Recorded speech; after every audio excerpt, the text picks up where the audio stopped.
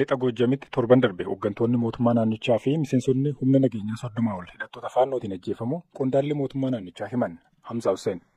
Naannoo Amaaraatti aanaa Dagaa Daamoot magaalaa Farsbeet jedhamu keessatti sadaasa 26 bara 2017 humna mootummaaf odeeffannoo kennitaniittu jedhamuun hooggantoonni aanaa hedduu miseensota milishaa fi poolisoonni shakkamanii hidhattoota faannoon ji'oota 2 oliif okkaanfamanii turan ajjeefamaniiru jedhan qondaalli mootummaa naannichaa. Bulchaan aanichaa obbo Waalee Alamaayyoo kaabinoota aanaa isaanii 20 ta'uu waliin ajjeefaman jedhan qondaalli mootummaa tokko xumura ji'a fulbaanaa keessa humna nageenyaa mootummaa waliin waraanni jabaan geggeeffame gaafa fulbaana 29 bara 2017 aanittiin to'annoo hidhattoota faannoo jala galte jedhan.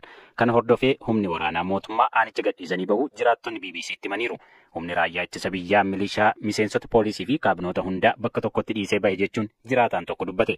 Itti gaafatamaan bulchiinsaa fi nageenyaa Goojjam Lixaa obbo Mulgeetaa Alam yeroo raayyaan ittisa biyyaa bobbiif achii bahu citanii duubatti hafuu BBC'tti himaniiru. ደጋ ዳሞት ላይ ከዚህ በፊት መከላከያም የመንግስት አካልም እዛ አመራር አዋቅሮ ስራ ሲሰራ ነው የቆየው። በአጋጣሚ ከዛሬ 1 ወር 2 ወር በፊት kanaan dura raayyaan ittisaa fi qaamoleen mootummaa naannawa Dagaa Daamotitti caasaa bulchiinsaa gadi dhaabuun hojii hojjetaa turan. Ji'oota 2 dura humni raayyaa ittisa biyyaa bobbii isaa sirreessuuf jecha aanicha gadhiisee gara Dambacaa seenee ture.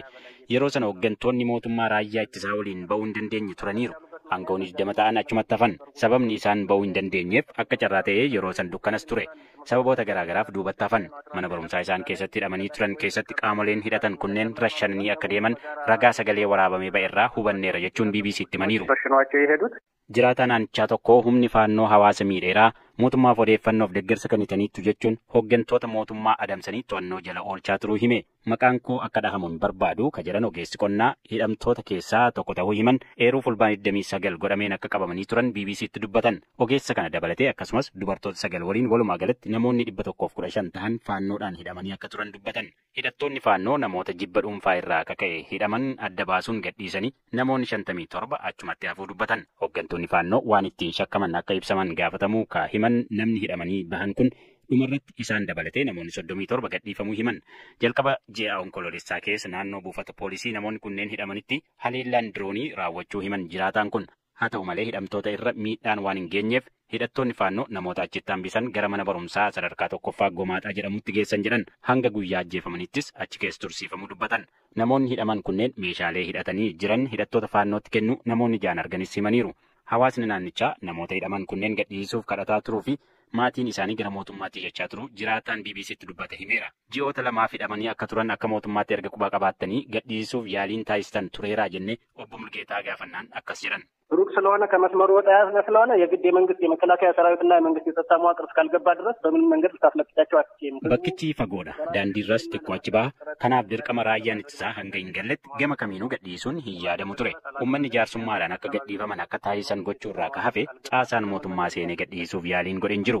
Caasaan mootummaa naannawa sana erga hin jiraanne haala kamiinuu gadhiisuun hin danda'amu.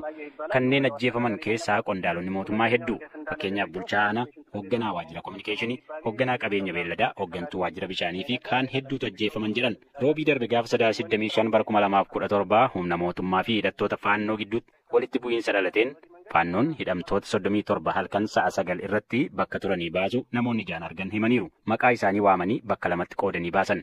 Jalqaba namoota 31 marsaa lammaffaan namoota 6 konkolaataadhaan fe'uun magaalaa Farsbeet jedhamu irraa tilmaamaan kiiloomeetira 3 irratti mana barumsaa argamutti geessan. Yeroo mooraa mana barumsichaa geenyu haga bu'aa nuun jedhanitti hin eegne jedha jiraataan dubbisne ofumaan buune. Warri marsaa lammataa irratti dhufan deebi'aa bahaa nu jedhan. Kanumaan deebine konkolaataa irra baane jechuun yeroo dhumaaf waan argan BBC'tti himan. Warra 31 duraan deeman gara mooraa mana barumsichaatti galaa jedhan. Erga nuyi achii baane sagalee dhukaasaa hedduu dhageenye jedhe. Hidhattoota faannoodhaan hidhamanii ka fudhataman hooggantoonni aanichaa 31 Farsbeet Mikaa'el bakka jedhamutti geeffamuun ajjeefamuu jiraattonni dhugaa bahaniiru. Namni ijaan arge tokkos BBC'tti himeera. Qondaalli naannichaa obbo Mulgeetaa Alam hooggantoonni siyaasaa fi nageenyaa 37 ji'a 2 erga hidhamanii maallaqa akka kaffalanii fi akka salphatan erga godhamanii booda bakka tokkotti ajjeefamaniiru jedhan. Obbo Mulgeetaan hooggantoonni kunneen deebi'anii akka gara caasaa mootummaatti hin gallee fi bulchiinsa aanichaa dadhabsiisuuf jecha ajjeefaman jedhan. Namoonni hafan 6 gara Qasalaa jedhamutti erga geeffamanii booda kana booda akka irra deebiin dogoggora hin hojjenne jedhamuun gadhiifamuu dubbatan. Hidhattoonni faannoo naannoo Oromiyaa Shawaa Kaabaa keessatti namoota nagaa ajjeesuunis himatamu.